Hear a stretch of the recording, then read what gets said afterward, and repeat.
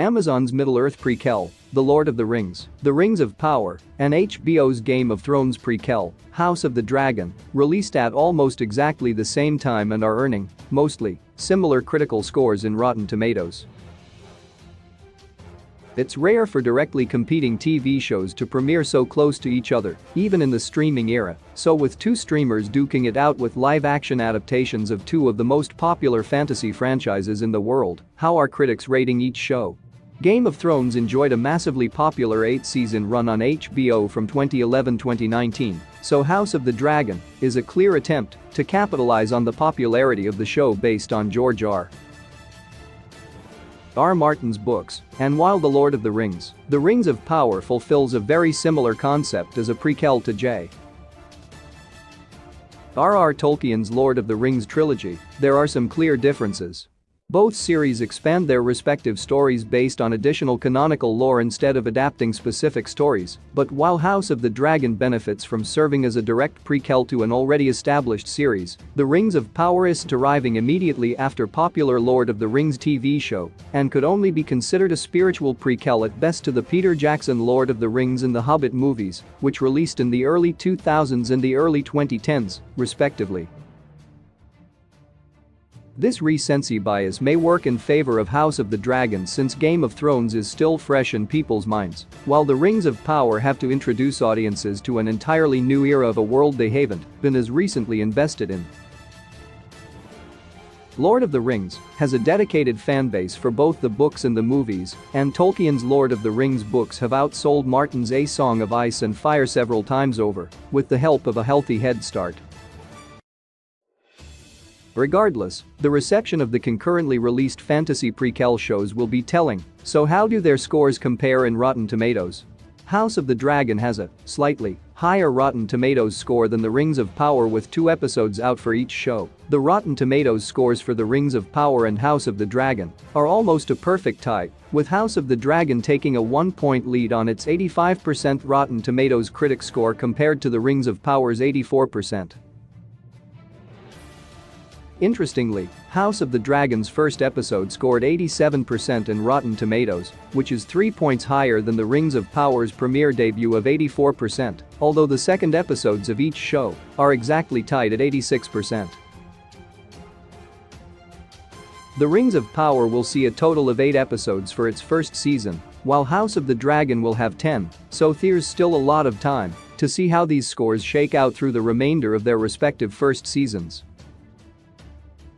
Comparatively, both shows come in lower than the Game of Thrones debut season Rotten Tomatoes score of 90%, which was the lowest scoring season of Game of Thrones prior to the hugely divisive 8th season, which scored a 55%.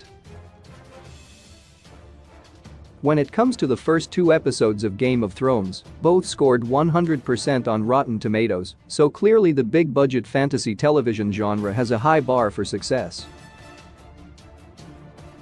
Rotten Tomatoes top critics prefer The Rings of Power over House of the Dragon. House of the Dragon may have the slightest edge over The Lord of the Rings, The Rings of Power, when it comes to the all-critics tomatometer score, but Rotten Tomatoes specially selected top critics actually hold a clear preference for The Rings of Power.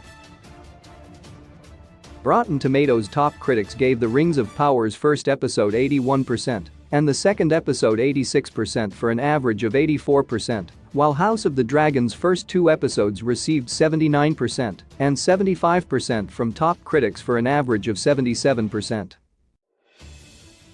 Reviews are all subjective, even from critics, so Rotten Tomatoes' top critics score isn't inherently more important than other critics' scores, but it's still a revealing metric about the overall reception to each show. While not universally true, top critics tend to belong to bigger publications and don't always put the same emphasis on things like lore or Easter eggs and instead judge the storytelling and artistry, while the all-critics tomatometer score displayed prominently in front of every show or movie on Rotten Tomatoes is often more indicative of entertainment value, although there are always exceptions in both cases. Rings of Power's audience score is way lower than House of the Dragon. Was Rotten Tomatoes review bombed? The Rings of Power and House of the Dragon may be neck and neck when it comes to Rotten Tomatoes critic and top critic scores, but House of the Dragon's 84% audience score is a full 45 points higher than The Rings of Power's 39% audience score, but it looks like the latter may be the victim of a Rotten Tomatoes review bomb. It's not uncommon for movies to see splits between the critic and audience scores as wide as The Rings of Powers, although some other details about the Rotten Tomatoes data for these reviews makes it a bit of an anomaly compared to similar shows. House of the Dragon's 84% audience score comes thanks to 3,522 user ratings, which is a bit lower than Game of Thrones' 7,563 user review average per season, but with only 2 episodes in that makes sense. Meanwhile, The Rings of Power's 39% audience score is the product of 16,833 user ratings. Considering both series saw comparatively popular releases on their respective platforms, the drastic mismatch in the number of user reviews, especially considering House of the Dragon, released a few weeks before The Rings of Power, is clear evidence of a mismatch in motivation behind the user ratings.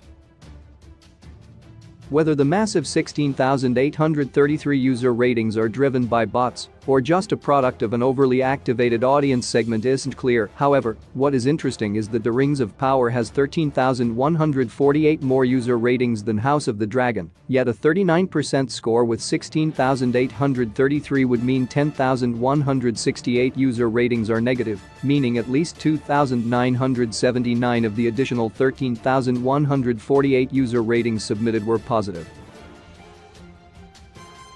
This is likely a product of attempts to reverse the impact of the perceived review bombing, with fans flooding the show with positive reviews to counteract a flood of negative reviews from detractors, which, ironically, makes the score's accuracy more muddled.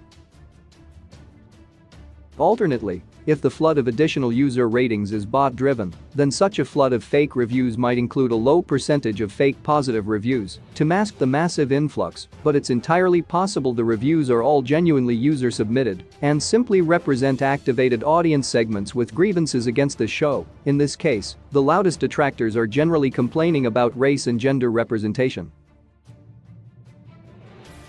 Amazon has put a temporary freeze on reviews on their own site due to an alleged review bombing impacting their own user review section, so it may not be possible to get an accurate idea of how the show has been received by audiences other than its impressive viewership numbers, which, ironically, are typically correlated with a positive audience rating, meaning the show's performance can legitimately speak for itself despite the flood of negative user ratings bringing down the Rotten Tomatoes audience score.